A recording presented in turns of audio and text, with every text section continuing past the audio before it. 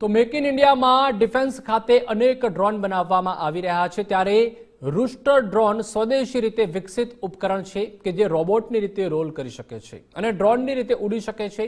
આ રૂસ્ટર ડ્રોનની વિશેષતાઓ એ છે કે શહેરી વિસ્તારો, ગાઢ જંગલો અને પહાડી વિસ્તારોમાં જ્યાં રોલિંગ ફાયદાકારક છે ત્યાં જટિલ ગુપ્ત માહિતી એકત્ર કરવા અને સર્વેલન્સ મિશન હાથ ધરવામાં તે સક્ષમ છે।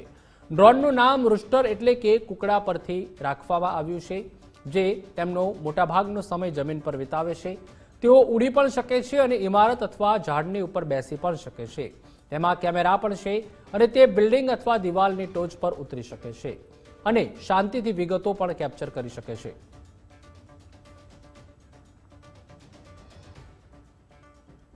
સ્થિત રાષ્ટ્રીય શક્તિ યુનિવર્સિટી તરફથી એક વિશેષ પ્રકારનું ડ્રોન બનાવવામાં આવ્યું છે કે જે ડ્રોન ઉડી પણ શકશે અને જમીન પર દોડી પણ શકશે। આ વિશેષ પ્રકારના ડ્રોનને રૂસ્ટર ડ્રોન કહેવામાં આવે છે, જેને રાષ્ટ્રીય શક્તિ યુનિવર્સિટીએ હવે નોર્ધન કમાન્ડ આર્મીને સુપરત કર્યું છે। ભવિષ્યની અંદર આ ડ્રોનનો આર્મી તરફથી અલગ અલગ ઓપરેશનની અંદર તેનો ઉપયોગ થશે અને આ પ્રકારના તકનીક આધારિત નવા ડ્રોન જે છે તે ભવિષ્યની અંદર રાષ્ટ્રીય શક્તિ યુનિવર્સિટી તરફથી બનાવવામાં આવશે અને તેનો ઉપયોગ આર્મી સાથે જોડાયેલા અલગ અલગ ઓપરેશનની અંદર કરવામાં આવશે। આપણી સાથે કર્નલ AK સિંહ છે, ઇન્ચાર્જ છે સ્કૂલ ઓફ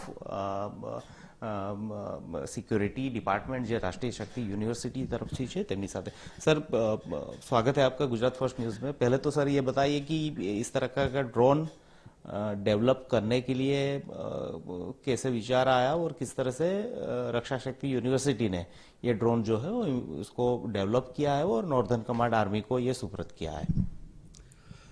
देखिए, हमारे राष्ट्रीय रक्षा यूनिवर्सिटी में पिछले साल 2022 में अप्रैल मास में उस समय हमारे जो सेना अध्यक्ष थे जनरल मनोज नरावने साहब, वो यहाँ पर आए थे और उन्होंने हमारे vice chancellor doctor professor Bimlan Patel उनसे बातचीत के दौरान उन्होंने कहा था कि भारतीय सेना को रूस्टर ड्रोन टेक्नोलॉजी में उनको दिलचस्पी है, वो इसको लेना चाहते हैं। उसमें उस समय तक हमें ये मालूम नहीं था कि ये जो टेक्नोलॉजी क्या भारत में अवेलेबल है भी कि नहीं है, क्योंकि हमारा भारतीय सेना के साथ में मेमोरेंडम ऑफ अंडरस्टैंडिंग है उसमें।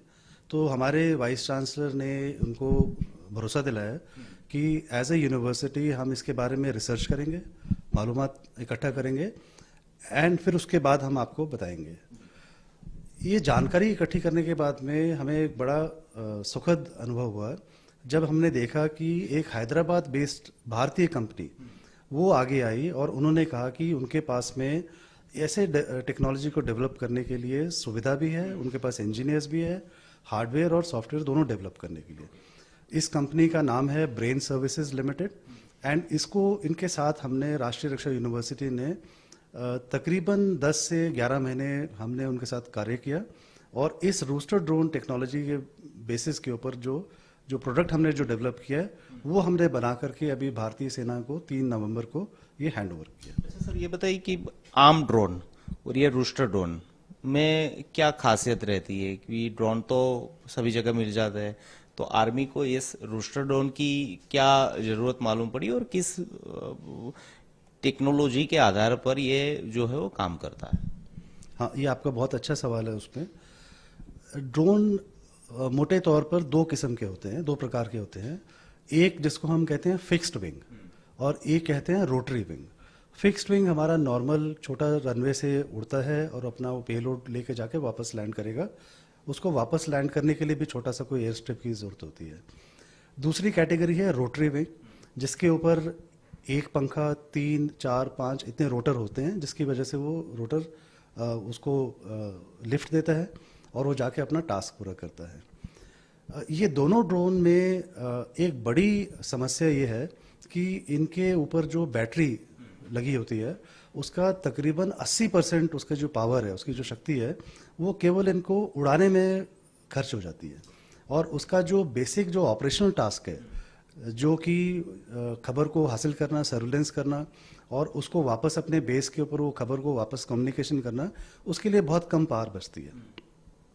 रूस्टर ड्रोन एक ऐसी टेक्नोलॉजी जो है जो कि पहले बाहर किसी देश ने उसको बनाई उसमें, जो कि एक रोटरी विंग तो है ही है, लेकिन वो एक जब भी चाहिए तो वो उड़ भी सकता है। छोटी उड़ान, ये लंबी उड़ान के लिए नहीं है उसमें। तो इस कारण से इसका जो बैटरी लाइफ है वो ज़्यादा कम खर्च होता है इसको उड़ाने के लिए, और ज़्यादा खर्च होता है उसका जो प्राइमरी टास्क है, जो कि आपने खबर हासिल करनी है, जो आपने कम्युनिकेशन करना है, उसको वापस देता है। तो देखने में ये ऐसा लगता है जैसे एक रोटरी ड्रोन है जो कि एक पिंजरे में बंद है, और जो पिंजरा इसको जब ये ज़मीन पर चलता है तो उस पिंजरे के अंदर ही ये उसको रोलिंग करने में सहायता करता है उसमें। तो इससे इसकी जो लाइफ है, इसकी जो एंड्योरेंस है, वो बहुत अच्छी हो जाती है उसमें। ये कितना रोल कर सकता है, मतलब जमीन पर चल सकता है, और फ्लाइंग कितने देर तक कर सकता है?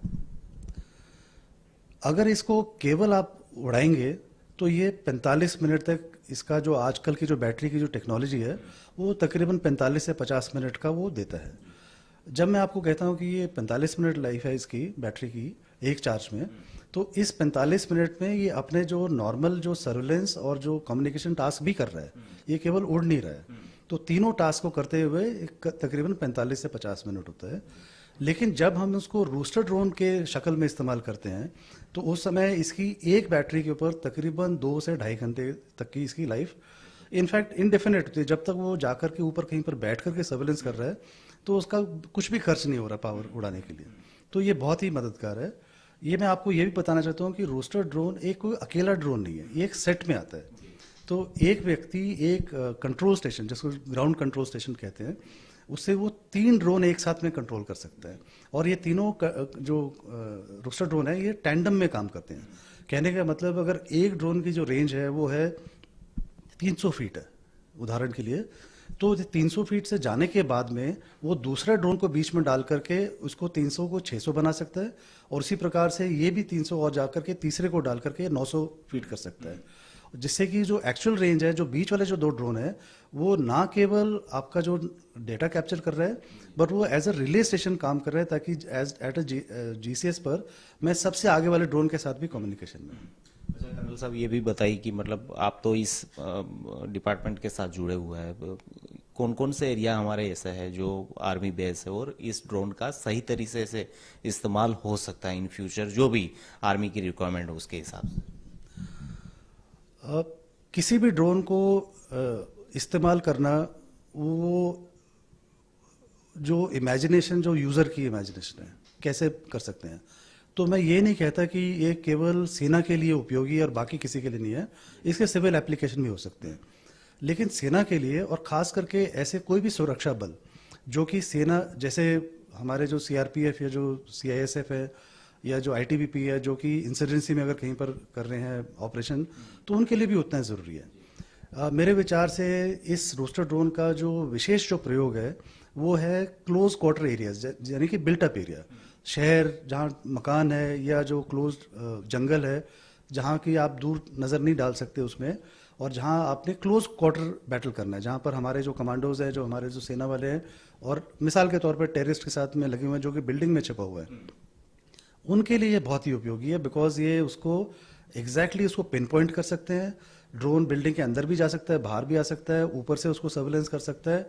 और ये आपने अच्छा सवाल पूछा है, जो जीसीएस है वो बिल्डिंग के अंदर नहीं जा रहा है। जो जीसीएस को पकड़ कर बैठा हुआ वो बिल्डिंग से 40-50 मीटर दूर है, लेकिन जो ड्रोन की जो फीड आ रही है उसके पास में, वो जो बिल्डिंग के अंदर जो सैनिक असल में घुस रहे हैं उनको भी मिल रही है रियल टाइम। तो उनको पता है कि जो मेरे पीछे जो 40-50 फीट पर जो जीसीएस बैठा हुआ है मेरा कमांडर, उसको जो नज़र आ रहा है अंदर, वो मुझे भी नज़र आ रहा है, और मैं उतने ही चौकस है, उतने चौकन्ना होकर के मैं बिल्डिंग के अंदर एंटर करूंगा, और ताकि वहाँ पर अगर कोई आतंकवादी या दुश्मन है उसको मैं सरप्राइज कर सकता हूँ। अच्छा सिंह साहब, जैसे 3 ड्रोन हमने हैंड ओवर किया है नॉर्दर्न कमांड आर्मी को, इन फ्यूचर भी ये कंटिन्यूस प्रोसेस रहने वाली है? आप अलग अलग जिसकी रिक्वायरमेंट है उन लोगों की इस तरह के ड्रोन प्रोवाइड करेंगे? क्या तकनीकी चेंजेस इस ड्रोन में और बेहतर होने के लिए करेंगे? उनकी क्या रिक्वायरमेंट आ रही है? देखिए, ये जो ड्रोन अभी हमने बना के दिया है, हालांकि मैंने इसमें आपको बताया इसमें काफ़ी सारे अच्छे फीचर्स हैं, लेकिन हमारा ये मानना है कि ये लास्ट प्रोडक्ट नहीं हो सकता। और इसमें सबसे बड़ी खुशी की बात है कि ये इसका जो सॉफ्टवेयर है वो पूरा मेड इन इंडिया है। तो इसलिए उसका सोर्स कोड हमारे पास में है, और इसलिए इसका हमारी सेना जो सैन्य बल है उनको जब इसको इस्तेमाल करते हैं तो उसमें सिक्योरिटी का कोई रिस्क नहीं है कि कोई विदेशी ताकत उस सॉफ्टवेयर के थ्रू कोई ऐसी खबर हासिल कर ले जो हमारा नुकसान कर सकती है। ये जो ड्रोन हमने पहले बनाया है वो किसी मॉडल को देख करके उसे इंस्पायर होकर बनाया है। आपको जान के खुशी होगी कि 3 तारीख को जब हमने इसको हैंड ओवर किया है उसके बाद में हमारी टीम, सेना की टीम जो यहाँ पर आई हुई थी, प्लस जो टीम जिसने इसको सॉफ्टवेयर और हार्डवेयर को डेवलप किया है, हमने बैठ करके तकरीबन 2 घंटे बैठ करके इसमें डिस्कस किया है कि इसका जो नेक्स्ट वर्जन है उसको किस प्रकार से हमने 100%, 200% नहीं, किस प्रकार से उसको हमने कम से कम 500% अच्छा बनाना है।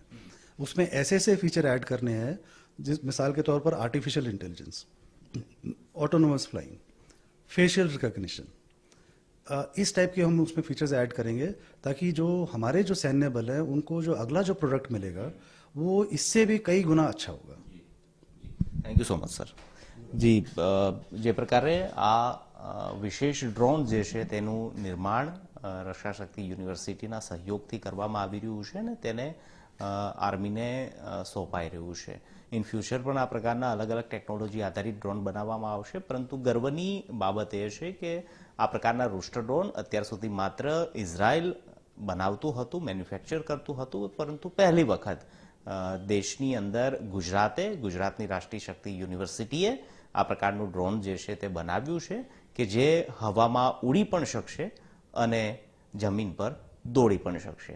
એ સાથે જ સંપૂર્ણ મેક ઇન ઇન્ડિયા સાથેનું આ ડ્રોન છે કે જેની સોફ્ટવેર અને હાર્ડવેર તમામ ટેકનોલોજી જે છે તે ભારતની અંદર નિર્મિત છે। કેમેરામેન દીક્ષિત દરજી સાથે નિકુંજ જાની, ગુજરાત ફર્સ્ટ, રક્ષા શક્તિ યુનિવર્સિટી, ગાંધીનગર।